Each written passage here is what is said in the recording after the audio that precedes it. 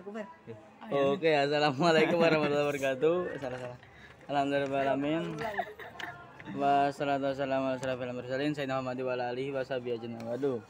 Yang terhormat kepada Bina Filmnya selaku bangsa pesantren keluarga Melarang Hidayah, yang terhormat juga kepada para guru dan para staf MTSML Melarang Hidayah, yang terhormat juga kepada para orang tua saudara-saudara yang terima, semoga sehat selalu dan mendapatkan rahmat hidayahnya.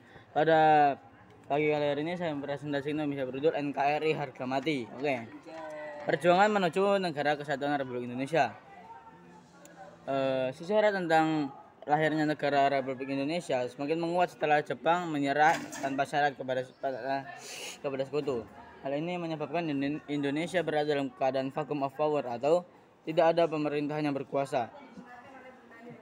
Keadaan tersebut mendorong para pemuda dengan jiwa muda dan semangatnya bergerak mendesak golongan tua untuk secepatnya memproklamasikan kemerdekaan Indonesia.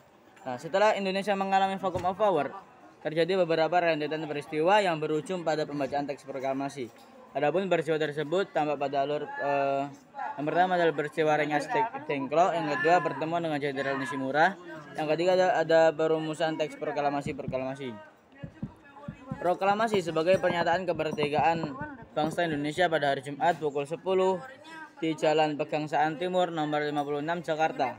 Insinyur Soekarno didampingi Muhammad Hatta membacakan teks proklamasi dengan lantang. Dalam perumusan teks proklamasi, Insinyur Soekarno tidak secara sepihak memutuskan hasil rancangan teks proklamasi. Sikap insinyur ini wajib kita teladani karena memperhatikan pendapat golongan muda dan golongan tua yang hadir. Nah, naskah ini proklamasi kemudian diketik oleh Sayuti Melik. Nah, proklamasi kemerdekaan bagi bangsa Indonesia memiliki makna yang dapat kita teladani dari berbagai aspek. Yang pertama adalah aspek hukum. Aspek hukum yaitu proklamasi yang diperoleh merupakan berkat rahmat Tuhan.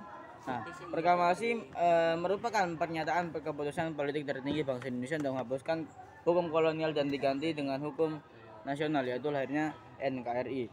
Yang kedua ada aspek historis. Aspek historis ini merupakan titik akhir sejarah penjajahan di bumi Indonesia, sekaligus menjadi titik awal Indonesia sebagai negara yang merdeka bebas dari penjajahan bangsa lain. Yang ketiga ada aspek sosiologis.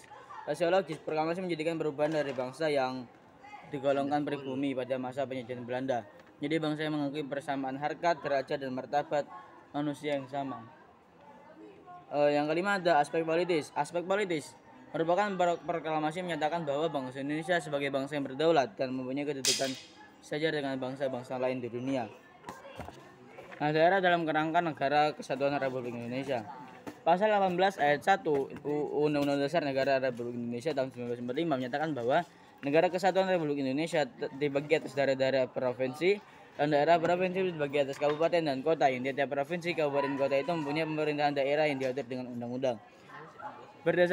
Berdasarkan bunyi pasal 18 ayat 1, negara kesatuan Indonesia di dalamnya terdiri atas 34 provinsi.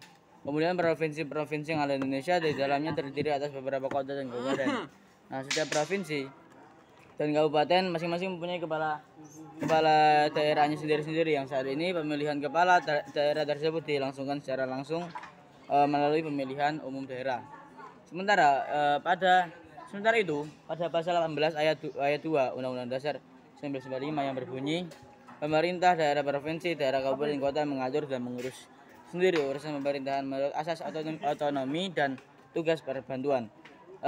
Ini mengandung makna bahwa setiap daerah mempunyai kewenangan untuk mengatur dan mengurus rumah tangganya sendiri, termasuk membuat peraturan daerah. Inilah yang disebut otonomi.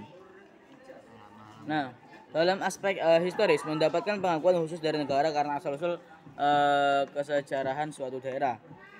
Dalam aspek politik sebagai upaya mengurangi konflik berkepanjangan yang terjadi di daerah. Selain itu, untuk menjaga keutuhan negara kesatuan Republik Indonesia. Yang ketiga adalah dalam aspek ekonomi, karena daerah tersebut membantu ketertinggalan suatu daerah dengan daerah lainnya melalui sumber daya yang dimiliki. Dan yang terakhir adalah dalam aspek fungsional, karena daerah tersebut memiliki peran penting dalam mendukung penyelenggaraan pemerintahan negara kesatuan Republik Indonesia. Oke, sekian dari saya, kurang lebihnya minta maaf. Wassalamualaikum warahmatullahi wabarakatuh.